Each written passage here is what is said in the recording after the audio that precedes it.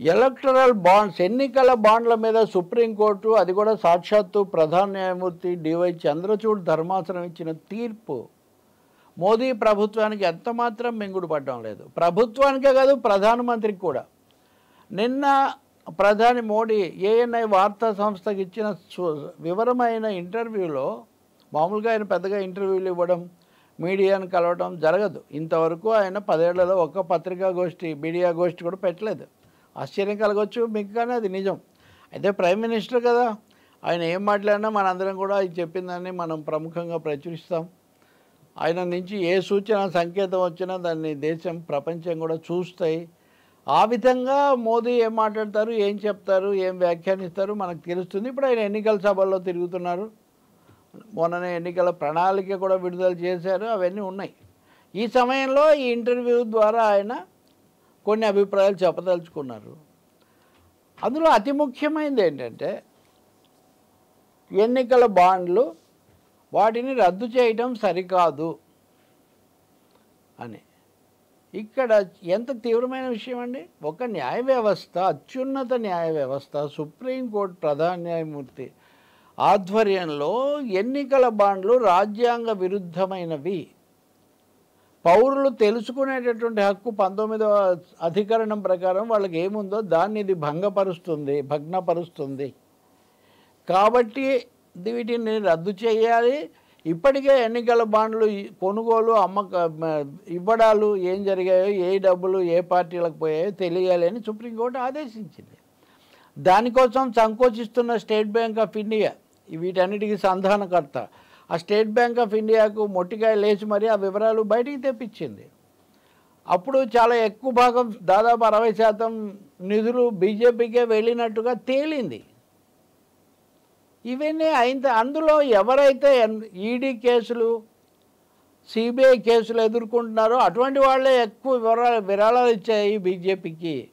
కంపెనీలు పెట్టి ఇంకా అవి పూర్తిగా కళ్ళు తెరవక ముందే, వాటికి కనీసం లాభాలు రాకముందే నష్టాల్లో ఉన్నవి కొత్తగా పెట్టినవి కూడా చాలా ఉత్సాహంగా బీజేపీకి నిధులు ఇచ్చాయని చెప్పారు. ఇంకా వీటిని అర్థం చేసుకోవడం, వీటికి పెద్ద భాష్యం చెప్పాలండి. ముంచేతి కంకణానికి అర్థం ఎందుకని, ఎందుకు ఇచ్చారో ఎవరికి తెలియదండి ఇక్కడ. కానీ మోదీ అవన్నీ నిజం కాదంటారు. ఆయన ఏమంటున్నారు ఆ ఇంటర్వ్యూలో అంటే, పారదర్శకత, ఏ డబ్బు, ఈ కార్పొరేట్ల విరాళాలు లేకపోతే డబ్బు గల వాళ్ళు ఇచ్చే సంపన్నుల విరాళాల విషయంలో దాపరికం లేకుండా ఉండటం కోసమే ఎన్నికల బాండ్ల పద్ధతి తీసుకొచ్చామంటారు. అసలు పేర్లు చెప్పరు. ఆ వివరాలు సుప్రీంకోర్టు అడిగిన తర్వాత కూడా ఇవ్వడానికి సంబంధిత బ్యాంకు నిరాకరిస్తే మీరేమో దానివల్ల పారదర్శకత వస్తుంది అని వాదిస్తే ఎలా అండి? ఇంకా దీనికి మీరు ఇప్పుడు ఒకసారి వెనక్కి వెళ్ళండి.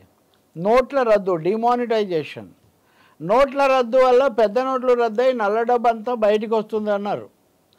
తర్వాత సుప్రీంకోర్టు న్యాయమూర్తిగా ఉన్నటువంటి జస్టిస్ నాగరత్నే చెప్పారు మైనారిటీ జడ్జిమెంట్లో, మొత్తం నల్ల డబ్బు తెల్లగా చేసుకోవడానికి, అక్రమ ధనాన్ని ఆమోదింప చేసుకోవడానికే నోట్ల రద్దు పనికి వచ్చింది. సామాన్య ప్రజలు నానా కష్టాలు పడ్డారు. చిన్న వ్యాపారులు చితికిపోయారు. అసలు కొన్ని వ్యాపారాలు, కొన్ని కుటుంబాలు దెబ్బతినిపోయాయి. ఎవరు బాగుపడ్డారు అంటే నల్ల డబ్బతో చట్టబద్ధంగా తెచ్చి అస్సలు ఎక్కడిదో ఎందుకు వచ్చిందో చెప్పకుండా అవన్నీ కూడా బ్యాంకుల్లో చలామణి చేసుకోవడానికి అది ఉపయోగపడింది. ఇది కనుక విఫలమైతే, నా డిమానిటైజేషన్ నోట్ల రద్దు విఫలమైతే నన్ను ఉరి తీయండి అని కళ్ళనీళ్ళు పెట్టుకున్నారు ప్రధానమంత్రి గారు. తప్పకుండా 98% డబ్బు చలామణి అయింది, నల్ల డబ్బు మొత్తం చలామణిలోకి వచ్చిందని తేలిందంటే ఘోరంగా విఫలమైంది అది. ఆ విషయం జస్టిస్ నాగరత్న కూడా చెప్పారు. కానీ ఆయన క్షేమంగా ఉండాలనే మనం కోరుకుంటాం కదా, ఆయన క్షేమంగానే ఉన్నారు. ఆ ప్రతిజ్ఞ పోయింది. ఇప్పుడు మళ్ళీ అదే చెప్తున్నారు ఆయన. ఎన్నికల బాండ్లు రాజ్యాంగ విరుద్ధమైనవి, అలాగే కార్పొరేట్లు, అక్రమ కుబేరులు తమ డబ్బు అధికారంలో ఉన్న పార్టీకి ఇచ్చి పెత్తనం చేయడానికి, తెర వెనక నుంచి చక్రాలు తిప్పడానికి ఈ ఎలక్ట్రల్ బాండ్లు ఉపయోగపడతాయి. ఒపేసిటీ అంటారు, దాపరికం, ప్రజాస్వామ్య విరుద్ధం అని సుప్రీంకోర్టు చెప్తే దాన్ని అమిత్ షా హోంమంత్రి ఇదివరకే ఖండించారు. ఇప్పుడు స్వయంగా ప్రధానమంత్రి చెప్తున్నారు, ఐ రిగ్రెట్ అంటున్నారు, నేను విచారిస్తున్నాను అంటున్నారు. సుప్రీంకోర్టును ఒక విధంగా ఇది ఒత్తిడి చేయటం కదా, సుప్రీంకోర్టు తీర్పును కించపరచటం కదా ఇది. మీరు గుర్తు చేసుకోండి, కొద్ది రోజుల కిందట 600 మంది న్యాయవాదులు సుప్రీంకోర్టుకు లేఖ రాశారు. మీరు ఎవరెవరి విమర్శలకు భయపడి అలా ఇలా కాకూడదు, మీరు పద్ధతిలో ఉండాలని. నిన్న 21 మంది మాజీ న్యాయమూర్తులు లేఖ రాశారు ప్రధాన న్యాయమూర్తికి, మీరు గట్టిగా నిలబడాలి, చట్టబద్ధంగా వెళ్ళాలి, కొంతమంది మీ మీద ఒత్తిడి తెస్తున్నారని. అంటే ఎవరైతే ఫలానా చర్యలు భావ ప్రకటన స్వేచ్ఛకు వ్యతిరేకమని, ఫలానా చర్యలు కార్పొరేట్లకు అనుకూలమని, ఫలానా చర్యలు దేశ సార్వభౌమత్వానికి విఘాతమని ఎవరైతే పోరాడతారో, ఎవరైతే కేసులు తెస్తారో, ఉదాహరణకు ఎన్నికల బాండ్ల కేసు ఉంది, ఈ కేసు ఎవరు వేశారండి? Association for Democratic Reforms, ADR, అలాగే సిపిఐఎం, భారత కమ్యూనిస్ట్ పార్టీ, మార్క్సిస్ట్, వాళ్ళు కేసు వేశారు.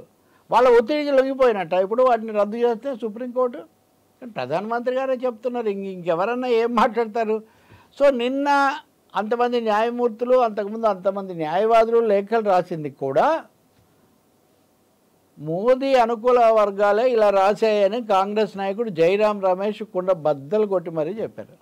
న్యాయవర్గాలు కూడా అలాగే భావిస్తున్నాయి. ఎందుకంటే సుప్రీంకోర్టుకు అండగా నిలబడడం వేరు, కానీ మీరు అటువైపున మీరు మెత్తపడకండి, మీరు గట్టిగా ఉండి ఇలా చర్యలు తీసుకోండి అని ఆయనకేదో డైరెక్షన్ ఇచ్చినట్టుగా రాయడం వేరు. ఇప్పుడు మోదీ కూడా అలాగే చేస్తున్నారు. అంతేకాకుండా పిల్స్ వేస్తున్నారు, మళ్ళీ ఆ కేసును మళ్ళీ సమీక్షించండి, మీ తీర్పును పునఃపరిశీలించండి అని కూడా కేసు వేస్తున్నారు. అందువల్ల చాలా సూటిగా బాహాటంగా రెండు విషయాలు కష్టం కలిగిస్తున్నాయి బీజేపీకి. ఒకటి, కార్పొరేట్ విరాళాలు 100 కోట్లలో తీసుకోవడానికి రాజమార్గంలాగా ఏర్పాటు చేసుకున్న ఎన్నికల బాండ్లు రద్దయిపోయాయి. రెండోది, తాము కోరి తెచ్చుకున్నటువంటి బాండ్లను సుప్రీంకోర్టు చాలా సాహసోపేతమైన తీర్పిచ్చి రద్దు చేసింది. సుప్రీంకోర్టు ఇలా తమ అనుకున్న వాటికి భిన్నమైన తీర్పులు ఇచ్చేటైతే ఇంకా చాలా అనుకుంటున్నారు కదా, అవన్నీ ఏమైపోతాయి? మీరు ఇప్పుడు ఇంకోటి కూడా దృష్టిలో పెట్టుకోండి. నేను మళ్ళీ ఎన్నికైతే రాజ్యాంగాన్ని మారుస్తానని కొంతమంది ప్రచారం చేస్తున్నారు, కానీ నాకు రాజ్యాంగాన్ని మార్చే ఉద్దేశం లేదు అని మోదీ ఎన్నికల ప్రణాళిక విడుదల చేస్తూ వేరే సభల్లో కూడా చెప్పారు. కానీ ఇప్పుడు చేస్తుంది ఏంటండి? భారత రాజ్యాంగానికి భాష్యం చెప్పేటటువంటి, ఇంటర్ప్రిట్ చేసేటటువంటి హక్కు, అధికారం రాజ్యాంగం సుప్రీంకోర్టుకి ఇచ్చింది. సుప్రీంకోర్టు ఎన్నికల బాండ్లు రాజ్యాంగ విరుద్ధమని చెప్పింది, కానీ మీరేమంటున్నారు? ఆ తీర్పు విచారకరం అంటున్నారు. ఇది రాజ్యాంగాన్ని ప్రశ్నించడం కాదా? కాబట్టి చాలా తీవ్రమైన పరిణామం అది. ఇంకా అందులో ఇంకా కొన్ని ఇలాంటి విషయాలు ఆయన వ్యాఖ్యలో ఇంకా చాలా ఉన్నాయి. మొత్తం మీరు చెప్పాలంటే మోడీ గ్యారంటీ అని చివరకు, మోడీ గ్యారంటీ ఏంటండి? నా చీరలు గ్యారంటీ, నా వాచీలు గ్యారంటీ, ఈ కారు కొంటే గ్యారంటీ అన్నట్టుగా మన ప్రజాస్వామ్యము ఆఖరికి ఒక మార్కెట్ కమాడిటీ కింద మారిపోయిందా? గ్యారంటీలు 6 గ్యారంటీలు, 5 గ్యారంటీలు. ఇప్పుడు ఇది మోదీ గ్యారంటీ అంటే బీజేపీ, సంఘ పరివారు, హిందుత్వ రాజకీయాలు ఇవన్నీ పోయి మోడీ గ్యారంటీ అన్న దాని దగ్గరికి ఇది వచ్చిందంటే మనం ఎలా అర్థం చేసుకోవాలి? మోడీ గ్యారంటీ దేనికి ఇస్తున్నాడు? రాజ్యాంగానికా, ఎన్నికల బాండ్లకా? ఆలోచించాలండి. చాలా మోదీ గారిని గౌరవించటము, లేకపోతే మూడోసారి ప్రధాని అవుతాడని కొంతమంది ఆశపడటము అది వేరు, అది ప్రజాస్వామ్యబద్ధంగా వాళ్ళు కోరుకోవచ్చు. కానీ దాని పర్యవసానాలు అతి ముఖ్యమైనవి, రాజ్యాంగ వ్యవస్థలను కాపాడుకోవడానికి సంబంధించినవి మన ముందు తీవ్రమైన సవాల్గా ఉన్నాయి అని ఈ వ్యాఖ్యలను బట్టి మనకు అర్థమవుతుంది. మరి మనం చూడాలి, సుప్రీంకోర్టు ప్రధాన న్యాయమూర్తి సిజేఐ డివై చంద్రచూడ్ వాళ్ళు రాసిన లేఖలకు కానీ, ఇప్పుడు స్వయంగా ప్రధానమంత్రి చేసిన ఈ వ్యాఖ్యలకు కానీ స్పందిస్తారా? స్పందిస్తే ఎలా స్పందిస్తారు మనం చూద్దాం.